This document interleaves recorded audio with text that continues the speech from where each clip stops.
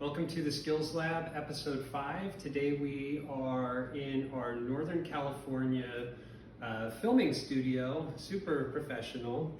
I have my daughter here and my wife behind the camera today as our videographer.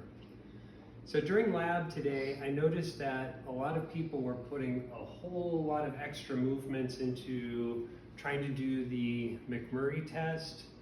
And I really want to break it down as to what's going on with the test so you can understand why it's being done and how it's being done, and show you that it's super easy. So first of all, you have to understand that when the knee is flexing, the meniscus is moving with the femur. When there's any kind of rotation with the tibia, the meniscus wants to move with the tibia.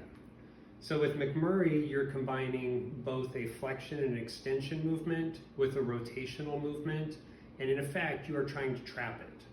So if this is the tibia and this is the femur, and we bring the knee into flexion, you're trapping the meniscus at the front of the joint, and then you're going to add a rotation to it that locks it in place, and then now you're trying to extend the knee with the meniscus locked.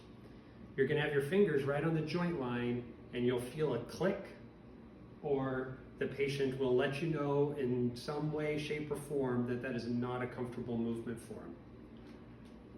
The other thing I noticed was that a lot of people did not actually have their finger on the joint line.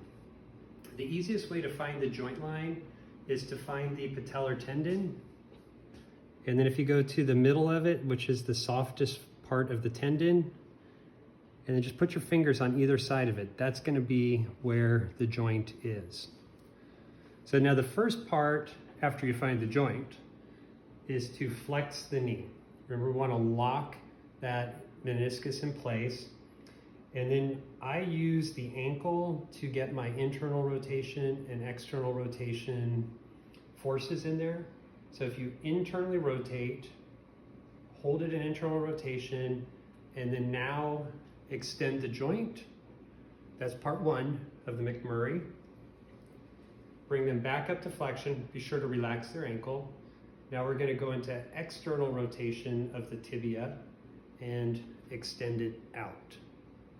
So if you put it all together, it goes really easy. Don't forget to relax. So really easy, very smooth.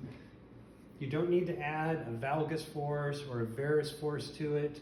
The classic McMurray's test was designed to not include that. It's been modified over the years to include all kinds of crazy stuff.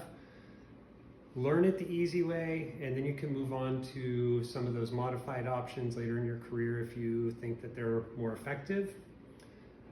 Hope that helps. Don't forget to like and subscribe.